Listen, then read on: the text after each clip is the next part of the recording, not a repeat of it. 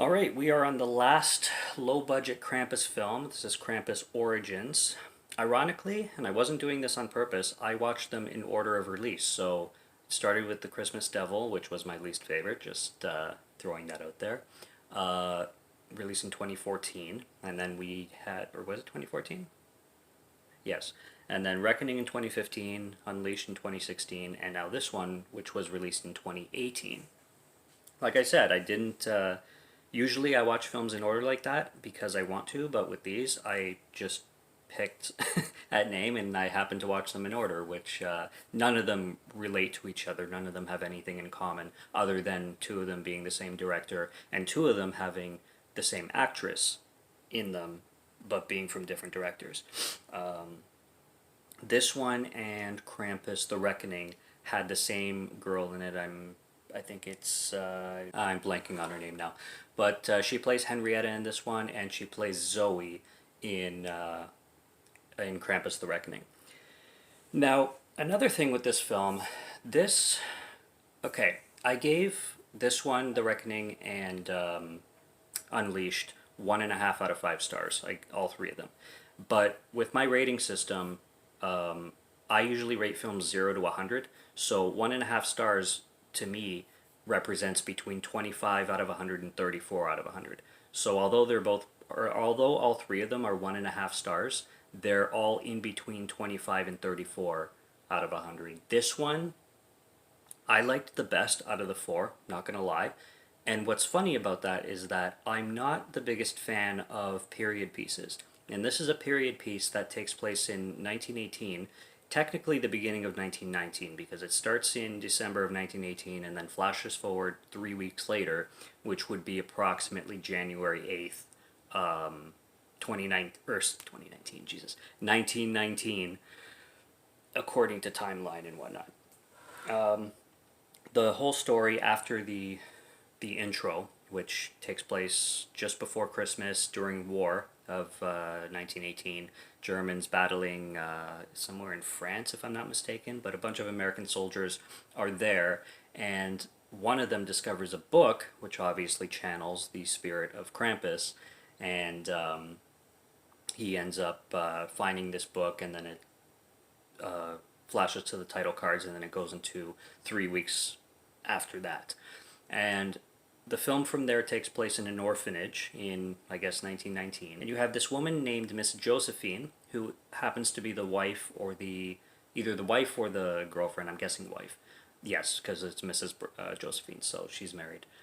She takes this job at this orphanage as a maid, I believe, or or a training nun or a training sister. I forget exactly what she's being employed for, but she's recently employed to this orphanage, and you have these two girls, Henrietta and Amelia, and you have this boy named Bram, and Bram has this stutter. He's usually being picked on. You get like a kind of bullying situations going on in the orphanage, and eventually throughout the film, Josephine learns that her husband was killed in war. This is the guy that found the book, and mailed this book along with an amulet to Josephine by the commanding generals or whatnot. And then when this book comes into the orphanage, this one girl that lives in the orphanage, whose name is Ida, ends up reading the passages in the book and summoning up Krampus, who then basically kidnaps, you could say, the naughty children, even though they don't touch too much on the classic lore of Krampus. Krampus is basically just your typical demon that imprisons kids in the book for whatever reason, to punish them or whatnot. This is the best looking Krampus in these four films, from The Christmas Devil to this one. This Krampus looks awesome. He straight up looks almost like a B movie version of Saruman from Lord of the Rings. He has the helmet and he has like the glowing red eyes. He looks great for a B movie. He's designed very, very well. He's like very like owning of the screen. He's very scary looking and threatening Like he's super threatening. He's got a staff and everything that he keeps slamming on the ground and creating like light and all that stuff. And the acting, not very good at all. But the plot is actually surprisingly very coherent and very focused, especially comparing to some of the previous entries. This one, you can tell, knows what it wants to be and where it wants to go a lot more, in my opinion. And it's very engaging. That's the thing about period pieces. The reason why I don't like them all the time is that they're not super engaging for me. But this one being a period piece and me liking it the best, I was taken aback by that. I was really impressed. This is another one that I would buy, and this again is just a good little Christmas horror flick to throw on, um, during a Christmas marathon or as background noise or something like that. It's not all that bad. It's not all that bad, and it's fun, and that's pretty much all I got with it.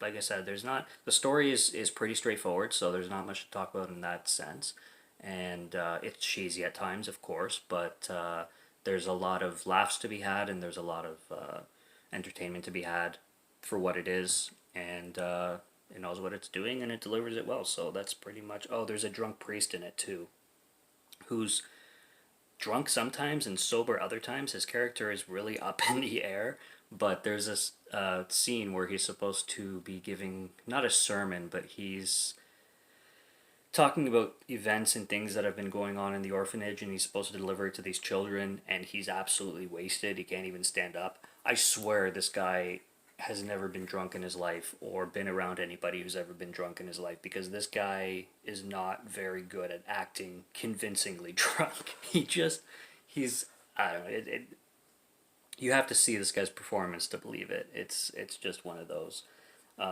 They do introduce a creepy kid in this film, who the creepy kid is Krampus in human form, and Krampus takes the body and incarnate of a kid named Nicholas, which is funny because I, Saint Nick kind of thing. But this kid named Nicholas is very creepy, Krampus obviously, and he is in disguise in this orphanage, preparing to take all these children to this book and whatnot. So like I said, it's not a overly offensive, overly terrible Krampus film, and yeah, it delivered in what it was supposed to, and I can't say I hated it. So definitely gets a thumbs up for me for the holiday season, and something to check out if you're bored streaming on Tubi. All four of these are streaming on Tubi, and yeah, Reckoning, Unleashed. This one I do recommend. A Christmas Devil, I don't, but check it out if you want. It's free, basically. Subscribe to Morgan Film Fan if you like to listen to my voice, or if you like my film reviews. I'll be back with more soon. Stay tuned. Check out the ones that are already on the channel, and I will chat soon. So take care and cheers.